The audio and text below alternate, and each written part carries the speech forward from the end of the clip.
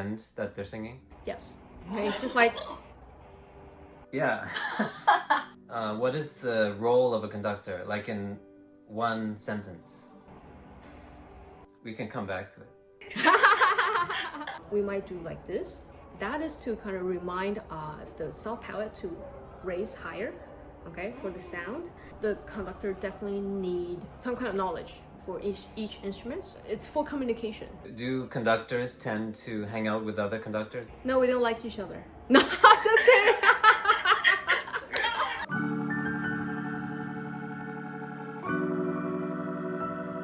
Today we have Peggy here with us. Hello, Peggy. Hi, Claire. Hi, Scott. We're so honored and so happy that you can join us on our very first episode of this. Totally, it's totally my honor, and so happy that you have invited me to be your first guest. I've known Peggy for quite a lot of years, right? I think I met you in 2010, and so now it's been 12 years. Wait, 11 years. Yeah, I think we've known each other since UBC. Yeah, I think when I first met you, you were doing your undergrad in piano performance, right? But now you're a conductor. Yay! So right after doing my undergrad in piano, I went right into my master in choral conducting back in 2012, and I graduated in 2014. That was at UBC also? Yeah. Okay. Yeah, so UBC in the Western Canada was one of the only ones that offer a Master of Conducting degree in choral studies.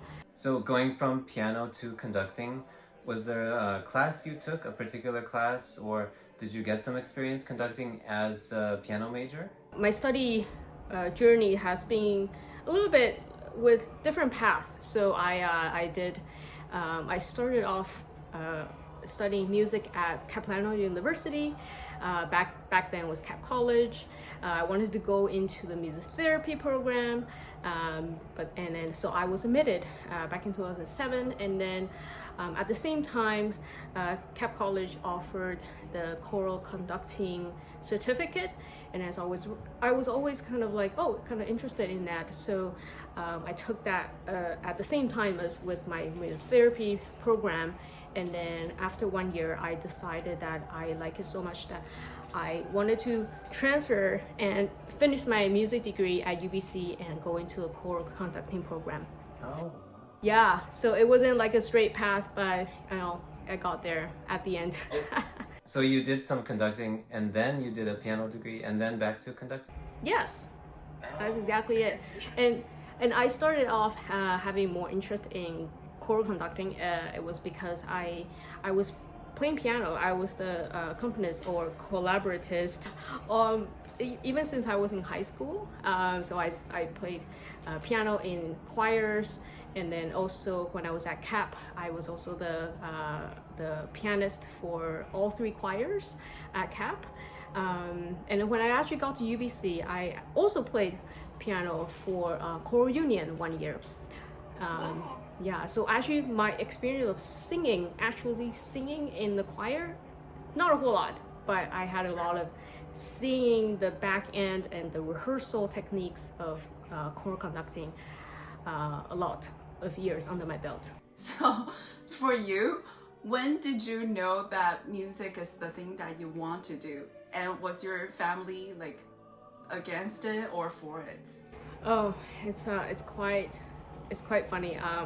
Back when I was in high school, I never thought that I was going to music at all. Really? What did you want to do? I think I wanted to do humanities, like social studies. Yeah, I also got into UBC science, and then I had a piano teacher, and then also a family friend, and she was a music therapist, and then she was one that kind of talked to my parents into having me study music therapy. And then so back then I didn't have a whole lot of strong opinions. So I was like, oh yeah, sure, why not? I think I kind of like music, and I just went and go on with it, and until I found my calling in conducting. Music therapy is kind of like a combination of science and music, right? Or like social science and many types of sciences, right? Yeah, it's more psychology. So psychology, a little bit of counseling, and music. Yeah, so working with geriatrics, senior homes, children with disabilities, also with adults with mental health. These things must have helped your conducting skills, right? Dealing with different types of people. Well, back then, like the actual conducting skills, I wouldn't say a whole lot, but then it definitely helped me with people skills. Yeah. So currently I conduct a few adult choirs and an adult ensemble. Back then I also conducted an elementary choir with very little children, like kindergarten to grade 7. So it really helped me do the communications with my ensembles for sure. Yeah, I remember one of the conversations we had. This was once upon a time when I was still conducting the Vancouver Orchestra Club. And I remember, because I never had any formal training, there must be something I was missing. And I remember one of the conversations we were having, I was asking you, how can I communicate better with the orchestra? Do you remember what you said to me? No. So one of the really precious advices you gave me was often you will make something that's related so that people can relate to it. So for example, you'll say a scale from 1 to 10, where you guys are at now and what we need is what. So then that becomes a much clearer point that people can relate to, and it definitely helped so much. So do you consider yourself not so much of a communicator? I think once in a while I feel like, wow, that really worked, and sometimes it goes like, that didn't quite work, but how can I make that better? I feel like in conducting, once when I hear some kind of problem that comes up, I always have to go bam bam bam, like have 3 plans to work out to solve the problem. So for example, maybe the choir is not getting, like say, a high note, right? And then so number 1, I have to think, maybe they didn't see the high note, or like maybe they didn't read the note right? And so I might refer that like, oh, this note, let's hit E or something, high E. And then number 2, if they're still not getting it, go like maybe they don't know how to achieve it, right? And then so maybe it's a breath problem, okay? And then so maybe I go like, okay, maybe a little bit more air, and then they still can't get it, so maybe it's an energy level, okay? So like more like they need more support, their energy, and then so that's another thing. And then maybe they don't know how to get the support, and then so it's like bam bam bam, like all the different ideas that will come out to help them achieve the goal. So communication this way, sometimes for each group, maybe something will click with some people, and then some people will be like, oh, I didn't quite get that. Maybe we're all different learners, right? Some people are visual learners, some people are, listening, some people are like, application kind of thing. Do you ever get mad? I think I feel like I'm a very Buddhist conductor. They always call me, I'm like the Buddhist style. Always zen, calm. But when it's close to concert, my threshold level, it gets lower and lower. Like maybe 1 month before the concert, it go like, oh, you're still not getting that note. Okay, let's have another week. It's like, and then it's like the next week, go like, okay, we have 3 weeks left, and then the week after, I go like, 2 weeks. Come on, guys, let's do this. Come on, let's do this. And then the week after, be like, okay. Like playing by yourself now. In front of people? Oh yeah. And then the day before, I'll be like, you're not quite getting this. Maybe like there's a technical issue, right? So it's just like, okay, well, how can you make it easier? Like I always try to cater to people, but if it's like a practicing issue, then I would get mad. If somebody really can't get a high note, would you have them sing an octave lower or just not sing that note? Is that possible? Yeah, that is possible. Especially like in the choir. Yeah. Maybe that note was just hard, or like it could be in a voice break, and then so maybe I'll ask that person to leave that note out, and then they can participate in other notes. Yeah, but in a like an instrumental setting, so maybe that person is the only note. Then we might need to think of solutions to substitute or so. So in the choir situation, when someone leaves out a note, do they just have to pretend that they're singing? Yes. Okay, just like Yeah. Okay. It's like on the piano, if you can't reach a chord, you just have to leave out a note. And then you try to do it in a way that no one notices. I had to do that a lot because I have the smallest hand ever, and that was actually part of the reason why I got into conducting. I can barely reach an octave. Like I can go like this, and I can just reach an octave like outside of the keys. I can't go on top of it. Really? I didn't realize. Yeah, smallest hand, it stopped growing when I was grade 3, and so just yeah. So accompanying choirs in high school or in university, that must have made you learn a lot of reductions. And then when you're playing reductions, you realize you can't play all the notes, right? So you learn how to reduce the reductions even more. Oh yeah, all the time. Oh yeah, I pick and choose. Right, so, and then probably that helped you, when you're conducting choirs, realize that some things are just not possible, and then it's okay to leave out notes. There must be some conductors who are against that, though, right? Probably, most likely. But in choirs, because there's more people, so we try not to leave out notes. Right. We will substitute as much as possible because there's like say 4 parts, right? And then sometimes say some of the bigger choirs, they might have 8 parts, like soprano 1, soprano 2, right? And then so we'll always definitely make sure that all the soprano ones can hit the highest notes, but then if that's troubling, there might be like a soprano 2 note that they can hit instead. Oh, okay. Interesting. Yeah. So there's flexibility. Yeah, and especially like in choir, the highest note, we actually don't want it to be too many people singing that note because it will come out anyway. Yeah, it's kind of like a pyramid, right? So like the basses, and then like the tenors and altos, and then the soprano notes. It's like the cherry on top. It will be heard.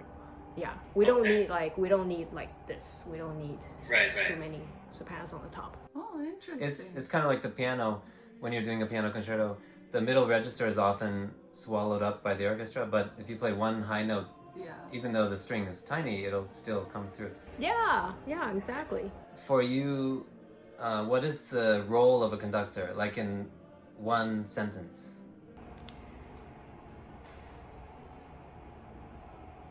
We can come back to it.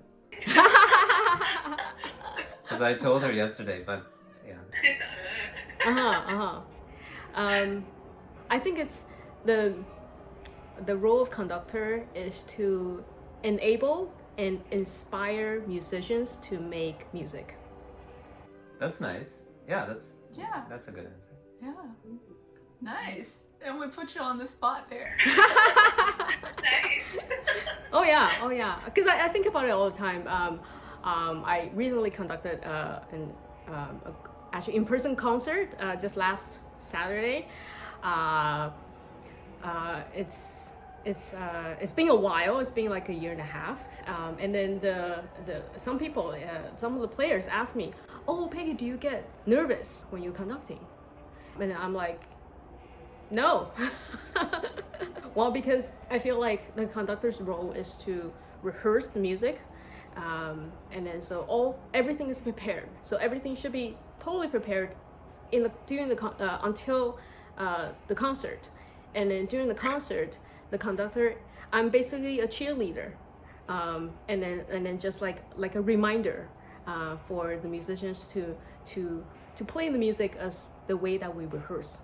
Because I'm not making any sound, right? I can't make any sound. Like in rehearsal, I can go like, where's bar 5? Where's my 弟子? Or like, where is my ohu? Like, where are you guys? Like I can, or I'd be like counting, be like 1, 2, 3, and 1. Like I can do that, but in concert I can't do that. So like I have to get them to really know my cues and everything. And so while they watch me, and then they go like, oh right, I'm coming in. That's interesting that you were mentioning some of these Chinese instruments. So you've done choral conducting, Chinese orchestra, and Western music orchestra as well. What would you say is the biggest difference between these three kinds of ensembles when you're conducting? Gesture-wise, I would say choral conducting, we do a lot of, we actually sneak in a lot of vocal techniques into our conducting gestures, okay? And then so, yeah, I see Scott's eyes kind of whiten up. So a lot of times, like choirs, we might do like this, right? And then that is to kind of remind the soft palate to raise higher, okay, for the sound, yeah. And then sometimes we might do something more like this. When you do that, I wanna go with Yeah. right, yeah, that'll help with like air flowing, and then maybe more like resonance, higher resonance, right? But if you see like you want to sing right, but if you see like oh, right, yeah, and then like like more lighter kind of tones. So like we do a lot of these techniques in choral conducting, but in orchestral conducting is totally different. I always have to remind myself to stick more to the beat. So you don't conduct ahead of the beat. If needed. So I feel like conducting ahead of the beat, it's safe for percussion, like because they're in the back, or like say the wind players, so they need a little bit more time to kind of phonate to get the air out, or like that distance, right, for the drum, for the stick to hit the drum. So I might, like give them a little bit earlier beat. But then what about the other members? Wouldn't they be watching you too? They will have to listen like crazy, and then like this hand will stay, and then just like like this arm will give the earlier beat. So one hand is always on the beat, and the other hand giving cues is sometimes early. Yeah, unless it's something that's like everybody. Like if it's everybody, I'll be like both hands. Yeah. So do you have to spend a lot of alone time? Because you did piano too, and I'm thinking like, because as pianists we spend a lot of time ourselves doing our practices, right? And so in your case, do you have to also spend a lot of time studying on your own? Oh, lots of practice for sure. I remember when I was a student practicing, doing my master's, or even before my master's, I'll be practicing my conducting patterns all the time. Oh, really? I'll be walking outside. I'll be on the bus. I'm always doing this. Like, yeah.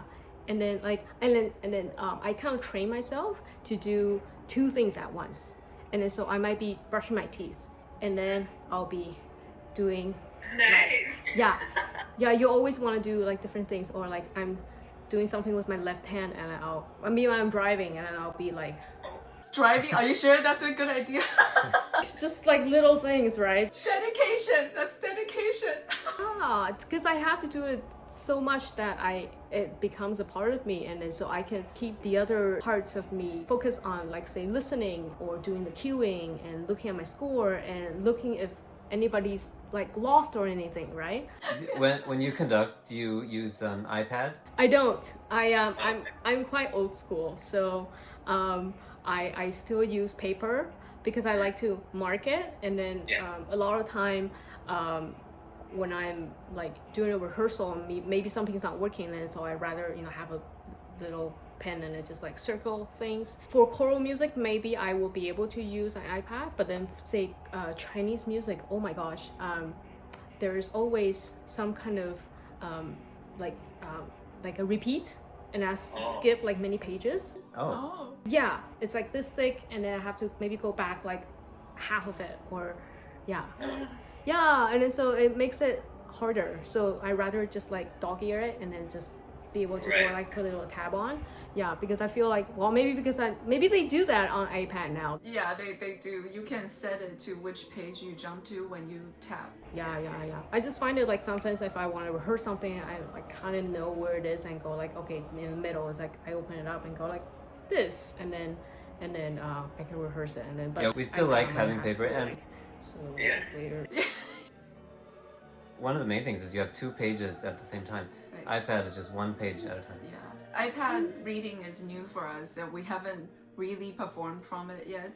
But I've always wondered, what if iPad shuts down or like freezes in the middle of your concert? I've always wondered if that ever happens to anybody. Because I see that more and more musicians are turning to iPad performing, and I'm sure it's much easier than carrying a bunch of books and stuff like that. But you know, that's always a concern for me. Like, what if technology fails you? Yeah, and then the other thing is with iPad is that maybe it's not. I mean, they make bigger ones now, right? But not as big as like a 11 by 17. Especially like orchestral music, they're like often there's only 5 bars on 1 page, right? And then so if I have it open, I'll go like, oh, I have 10 bars, great. Yes. But if it's just iPad, you're probably tapping every other second. yeah, I'll be like, it'll be, Actually, the reason I asked was because with iPad you can use the foot pedal, but then you have 3 things going on, and it's Oh yeah, the hands and No feet. And then you can use both right foot and left foot. Like left foot goes back a page, right foot goes forward. So you could be using. that's so hard. it's harder than driving. Well, I'm usually sitting, like when I'm rehearsing. So I'm like, my feet don't even touch the ground, you know. I'm sitting on the stool. Yeah, and then if I'm performing, then I'm always like kind of moving around. I'm always like kind of stepping away, and then if I have to turn the page, I have to. Yeah. That might be a little bit awkward, but I don't know. Maybe in the future they come up with something. What about memorizing? Do you sometimes memorize, like, or do the conducting with no score? Actually, a lot of conductors do. I don't trust myself to memorize it, even though I know it so well. I need the page in front of me. Yeah, it's my security. It's my little blanket, security blanket. But I'm hoping to eventually, someday Challenge yourself one of these days. yeah. And also like I conduct several different groups, and then so Right. it's hard for me to memorize. We know that you play a lot of instrument. You started with strings and then piano, and then you later also took brass. How well do you think a conductor needs to know the instruments? Or do you play any Chinese instruments? I did. I actually back at UBC I played the zhong ruan. It's like a round, almost like a the guitar. round thing. Yeah, it's 4 strings. It's like a pluck string instrument. Yeah, so I played that in the UBC Chinese ensemble for 3 years, and that was my first kind of like introduction to Chinese music. When I took over the BC Chinese Orchestra, I went back to Taiwan and I studied the instruments with like professional players, like each instrument, so that I have like some kind of basic knowledge of what it should sound like and like what kind of technique is unique to each instrument. The conductor definitely need some kind of knowledge for each instrument to know exactly number one, how it should sound like, and then number two, like what the special terms for like to it's for communication, right? Yeah, and they say like if I didn't know like some of the strings, right, like pizzicato, maybe like when they need to play marcato, they need to use the frog instead of like the top of the bow. Like that's not gonna make the right sound. Like we need to know what the instrument can do and then what to ask for the sound that we want. And same with choir, right? You need to know some vocal technique. Yeah, for sure. Oh yeah. But with choir is that it's a little bit easier because everybody is using the same instrument. Yeah, right. Yeah, it's just that maybe the female and male anatomy is a little bit different, so we might ask for different ways for the sound to come out. So for choral conducting, have you done from like Renaissance all the way up to present day music? Oh yeah. In choir, it's a little bit different from orchestra. Actually, a lot of the choir music, we want contemporary. We want new music all the time. And then we have some like choir composer like superstars, like Eric Whitaker or like Yellow. Who else is there? Yeah, so like a bunch of different superstar. We go like, oh, that's a good one. Jake Runestad. Yeah. So, but like I know, it's like for orchestra, it's always like classic. And there's more contemporary music that comes out more now. So yeah, very excited to see this new music. And would you say the rhythm is the most complex thing about the modern scores, vocal scores?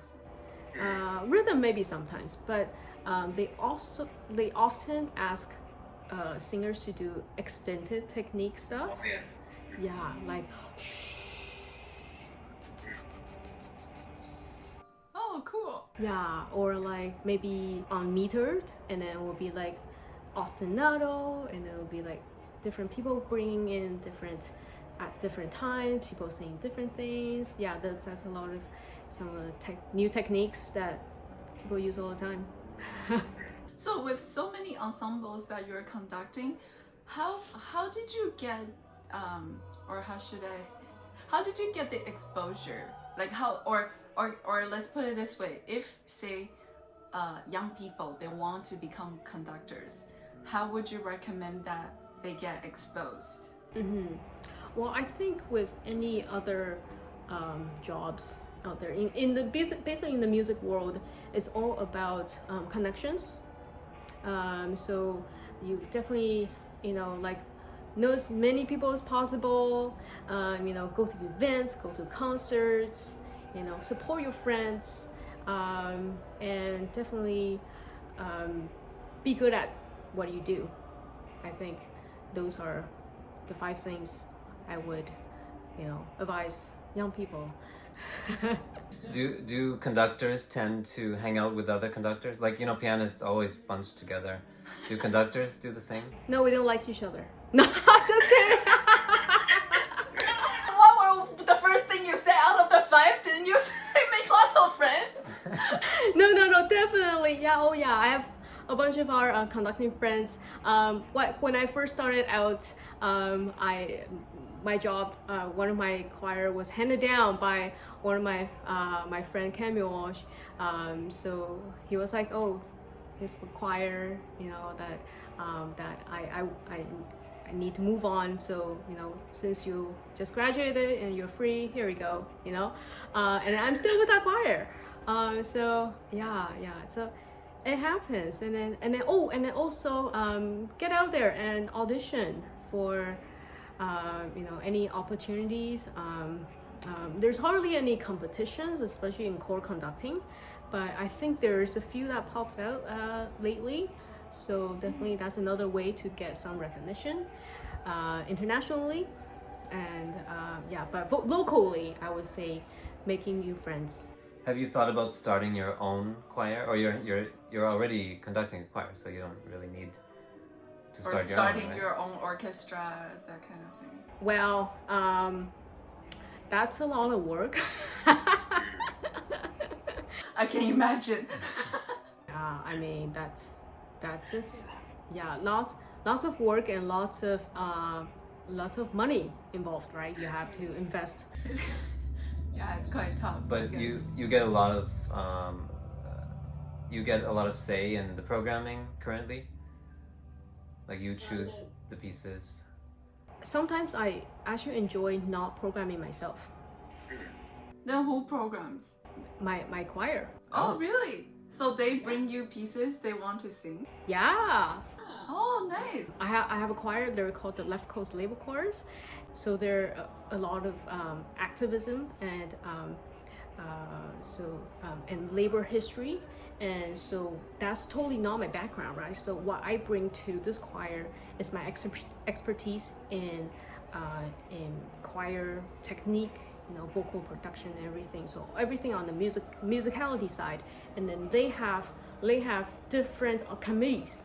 So they have like a rep committee, they have a gig committee, they have a steering committee, they have a membership committee, now they have a social media committee. So like they have all these committees that do a lot of the background works, and they spend hours and hours and hours to make sure that this choir works.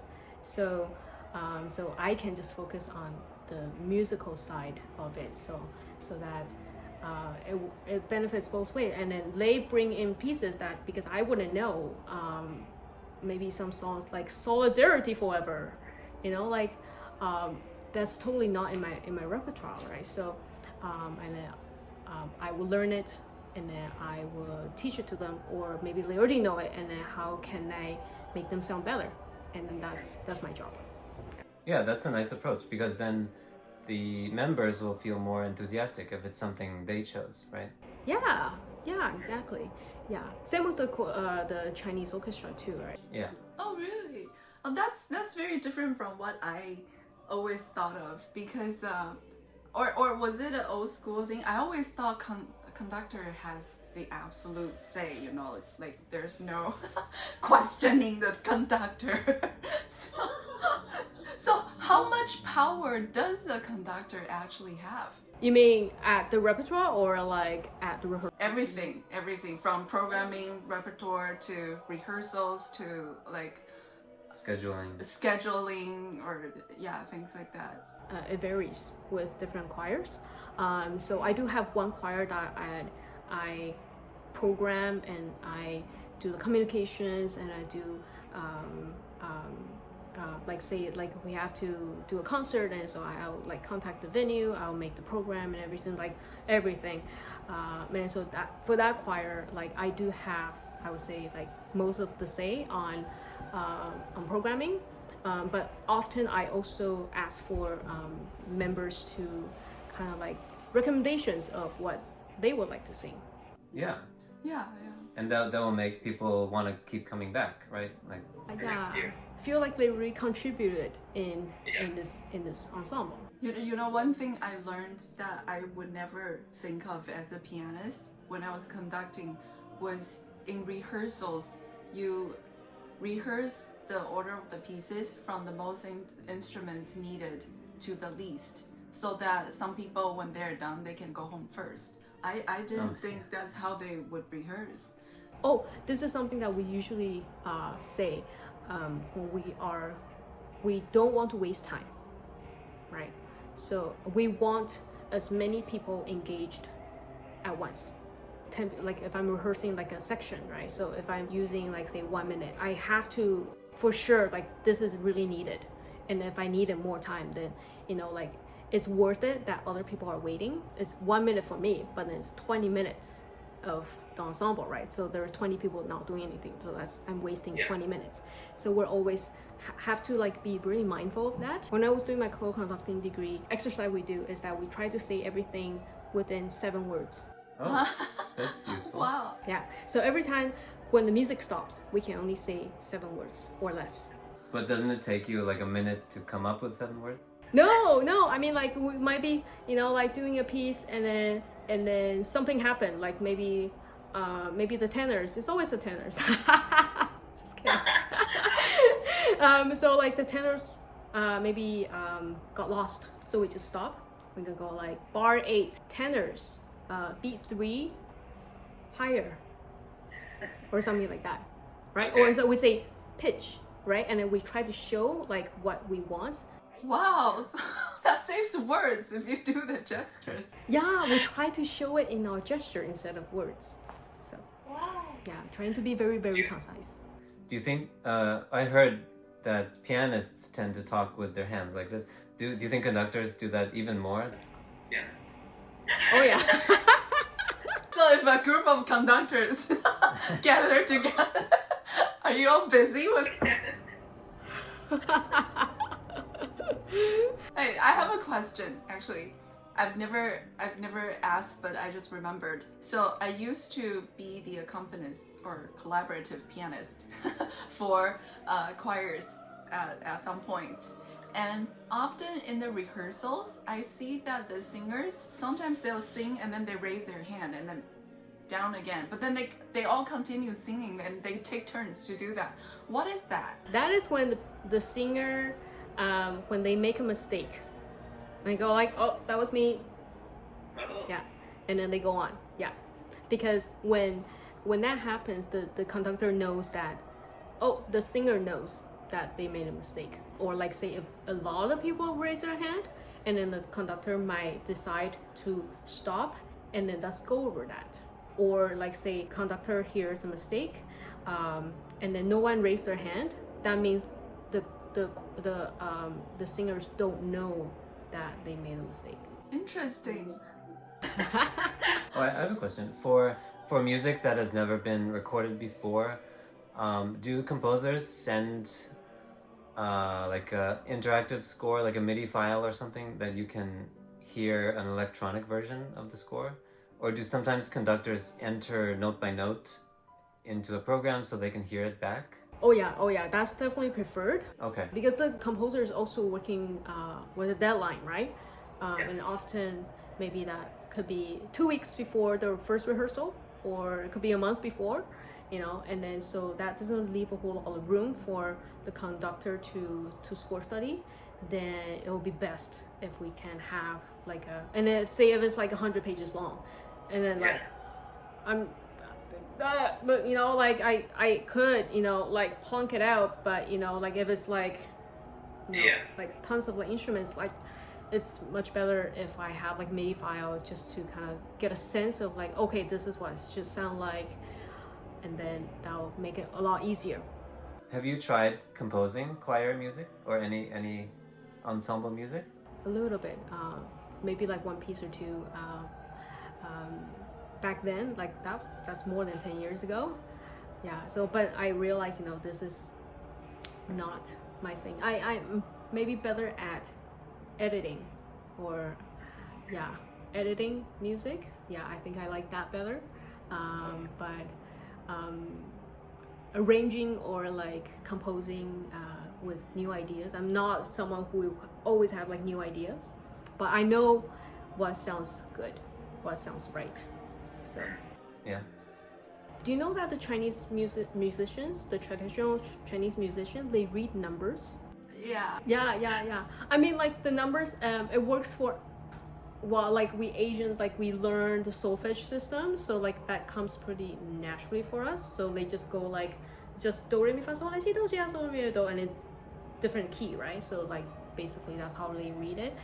So like for Chinese music, a lot of times in my orchestra, they have to translate staff notation into simplified notation, into numbers. Yeah, so there's often mistakes that happen. That's interesting because so I've read a lot of forums of people who play Chinese instruments just out of curiosity, and seems like a lot of them also read the 5-line staff, like the Western staff as well. So would you say most people, like those are the unusual people who read the staff, or would you say most people actually read the staff? It's a small percentage that only read the number. I would say it's the majority that would read the numbers. Oh. Especially amateur players. But nowadays, maybe the professional players, because the more contemporary music are written in staff notation, and then they kind of have to cater to like the Western notation, so they have to learn how to read staff notation.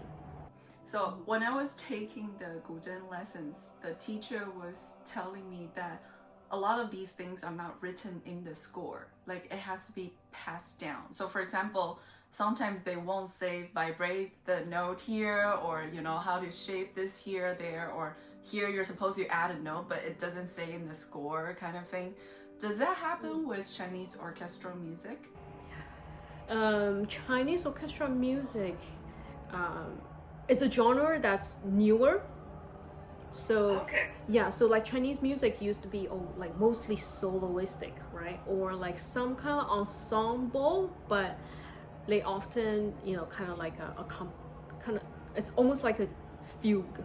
Like they play lines and then they try to mash up with each other and then they try to improv off like, the parts. Yeah, so it's often like that. But the Chinese orchestra, I would say like it emerged around like maybe mid, like, like around 1950s or so. That's when they put the instruments together to mimic the Western orchestra. And then a lot of composers started writing new music for this genre. And then, yeah, so it's quite a new genre.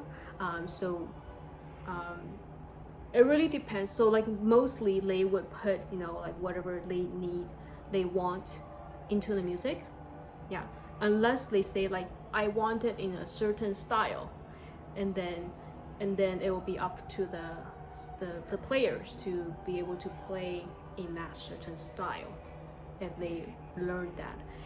They have different styles, so it's not just that one style. So like who do you study with, Claire? Like do you know where they're from?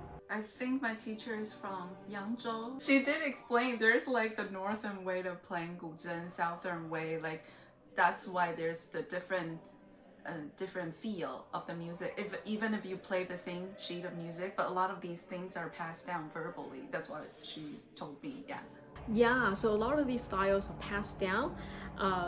Like say canto music, they have a whole different kind of like sound and way, like maybe like the way they slide the notes, or they add like the grace notes and everything. So that's all different from like say the Shanghai or like the like another area. So all kinds of different styles. So what does the full score look like for Chinese music? Just lines of numbers? There are some like that. Really? So just like all instruments, just all numbers on the page. Wow! So like I would say like say more of the traditional kind of music, like traditional ensemble music will be in numbers.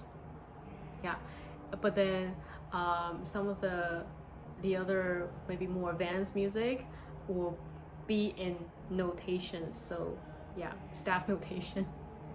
When conductors are conducting, they're standing on the podium, and I often see that in concerts they get really excited. Sometimes conductors, they start jumping.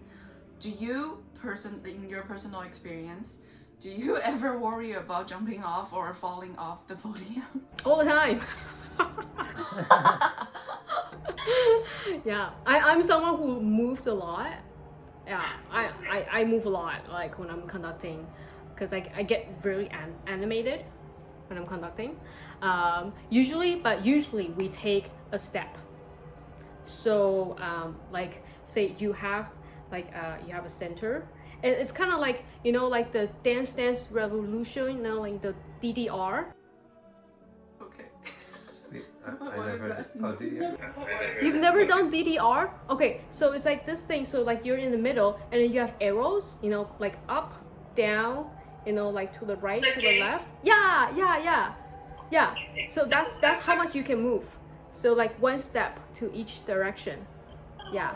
So first step for being a conductor is play DDR. I'm terrible at it actually. I'm so bad at DDR. I'll cross my leg and I fall over. But then like when I'm conducting, I'm basically doing DDR. So like I'm often like say if I want more, I'll go like a step ahead, and then like I'll maybe show like more intensity, or like say if I want cue to the back, I will take a step to the front, and then if I want like maybe the person beside like more from this side, or like say in choir, or go to this side, I want inspire more music, encourage more music. Yeah, so like either way. But if I want it a bit quieter, I may take a step back, and I look smaller, and then the music will be smaller. So all these ensembles that you're conducting are in Vancouver as well. So if there is some local people who would like to join your ensembles, how can they apply? How can they join your ensembles? So if you would like to join one of my choirs or orchestra, you can contact me directly with my email right below here. And I would look forward to see you in the future. Thank you so much, Peggy, for joining us today in our chat, and this was so much fun, and we hope you can join us again sometime in the future. Yeah, this is super great. I hope we can do this again and chat about something else. Or conducting again, if we want. Yes, yeah, that'd be fun. Although, something else, elaborate. What else would you like to chat about? Oh boy.